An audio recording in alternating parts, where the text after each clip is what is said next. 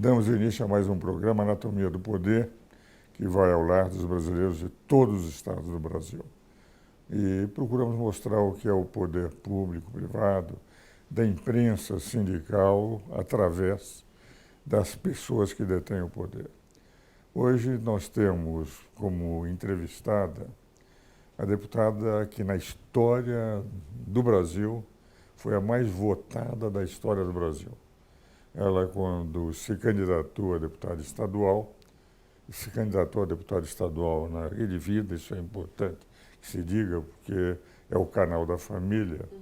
Ela só não é vice-presidente da República, não quis, porque disse, não quero deixar minha família, e para não deixar a família e ficar com a família em São Paulo, ela preferiu concorrer a deputada e não, como foi o convite do candidato a presidente da República, ser o que seria hoje vice-presidente.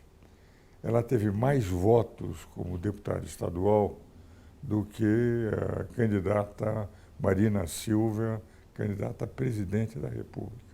Teve mais de 2 milhões de votos, o que é realmente algo inédito e impressionante na história da República Brasileira. Estou falando de Janaína Pascoal. Janaína, que alegria tê-la aqui no meu programa. É sempre uma honra para mim poder conversar e aprender com o senhor. Isso não acontece. Professora de Direito, aliás, uma belíssima professora de Direito Penal da Universidade de São Paulo, da Faculdade de Direito. Mas, Janaína, como você sempre apresentou questões originais e sempre esteve na liderança dos momentos mais difíceis, você que foi a grande protagonista do impeachment da presidente Dilma no momento em que o Brasil estava afundando economicamente, e na estrutura, na organização. Você sai da carreira universitária, sai da advocacia, vai para uma carreira completamente diferente, que é a legislativa, onde você tem que apresentar projetos de lei, etc. Mas como você sempre foi original em tudo que você fez, diga um pouco para o telespectador o que você está apresentando com a sua experiência lá na Assembleia Legislativa. O senhor sabe que meu pai me ensinou algo muito importante? Que ele sempre disse assim, Janaína, busque fazer algo que você gosta para poder fazer bem feito. E eu levei o conselho dele ao extremo. Na verdade, eu amo tudo que eu faço. Então, o mesmo amor que eu sempre tive pela advocacia, pela docência, hoje eu tenho no meu trabalho na Assembleia. Muita gente disse antes de eu tomar posse, você vai se decepcionar, você vai querer sair. Não, né? Eu adoro o trabalho que eu estou fazendo lá. É um trabalho eminentemente jurídico, poucas pessoas dizem isso, porque é necessário conhecer direito para poder pensar as normas, para entender que muitas vezes aqueles textos de lei, né, que as pessoas acham belíssimos, são cartas de intenção, não são normas. É muito comum apreciar, eu estou agora na CCJ, e chegam projetos muitas vezes, grandes programas, né, são cartas de intenção. Eu, às vezes, até apoio os colegas, mas eu tento explicar. Norma tem que ter objetividade, tem que ter clareza, tem que criar efetivamente um direito ou gerar uma proibição, né? Então, é um trabalho eminentemente jurídico, belíssimo, né? Eu sinto como se eu estivesse fazendo um ciclo completo, né? Como professor, em regra, nós, infelizmente, ainda criticamos muito o processo legislativo, pouco colaboramos para ele. Hoje eu estou num outro lado do trabalho jurídico também.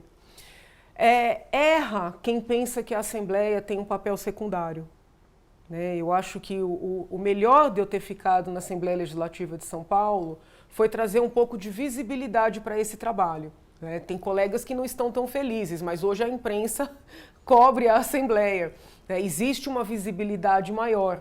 Eu acho isso ótimo em termos de democracia e transparência, mas também é importante porque muitos contratos passam por ali, autorizações, né, para empréstimos altíssimos. Então, a Assembleia diz sim ou não para o Executivo se endividar, por exemplo.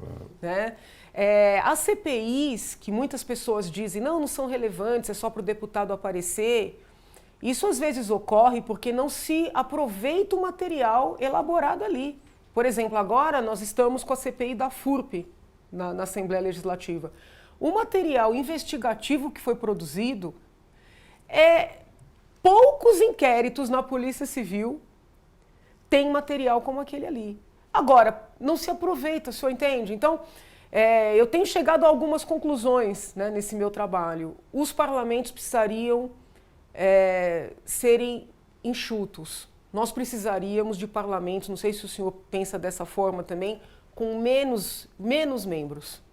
Aliás, é interessante. Eu, pessoalmente, Janaína, eu fui presidente de um partido político de 1962 a 64, que era o Partido Libertador e era o único partido parlamentarista no Brasil. O deputado Pila indicou-me para presidente, disputei contra o Rodrigues Alves e ganhei a eleição aqui em São Paulo.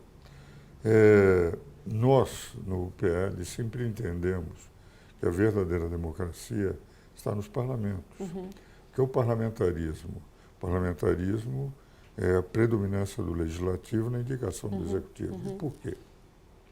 Porque no executivo, Janaína, eu tenho a maioria da população. Quando há segundo turno, eu não tenho a maioria. Eu tenho aquele que ganhou o segundo turno, que, na verdade, em relação ao coração da população, é menos que a maioria. No legislativo, eu tenho 100% da vontade democrática. Eu tenho situação e oposição. Eu tenho todas as correntes que representam a nacionalidade no Parlamento Federal ou nos estados que representam a opinião do Estado.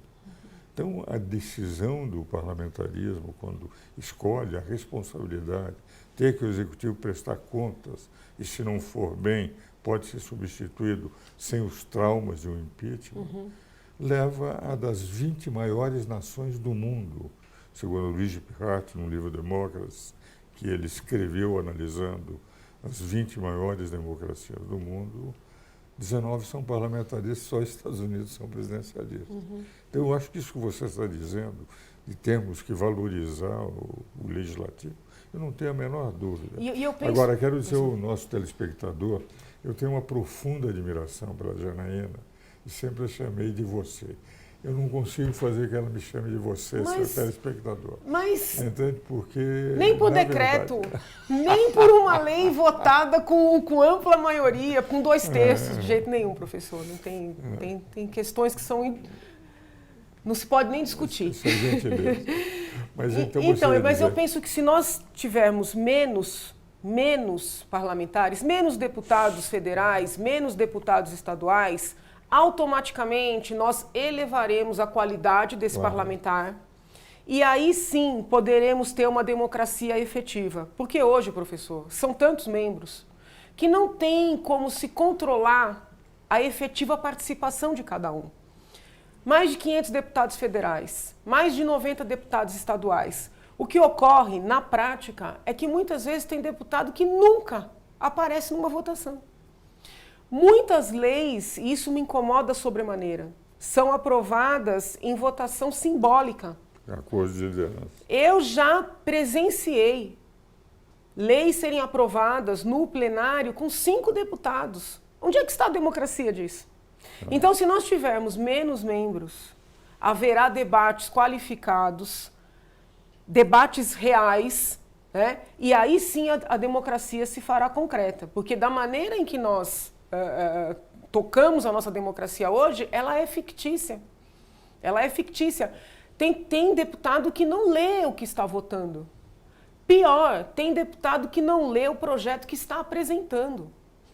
Né? Se nós diminuirmos esse número, forçaremos essa qualificação e, de certa forma, tornaremos o lobby mais difícil. Claro. Porque é algo, assim, assustador. As pessoas batem na porta dos gabinetes com projetos prontos e ainda pintam a situação como se fosse um favor. Claro. Olha, eu trouxe aqui para o senhor protocolizar. Eu falei, gente, isso não é real, isso está acontecendo. Eu até falei no plenário, eu falei, não venham mais no meu gabinete porque eu vou chamar a polícia. Então, é um tipo de prática que diminui o parlamentar, né, diminui a democracia e que se nós diminuirmos o número, nós teremos como fiscalizar efetivamente. Né? Então, assim, Essa vivência ali na Assembleia, professor, eu acho que nem 1000 livros poderiam me ensinar tanto, sabe? Eu agradeço a Deus mesmo essa oportunidade. Vocês veem, senhores telespectadores, a importância de termos alguém com o perfil da deputada Janaína na Assembleia Legislativa. O certo é que, nas grandes democracias, o que nós temos é efetivamente também um número pequeno de partidos políticos.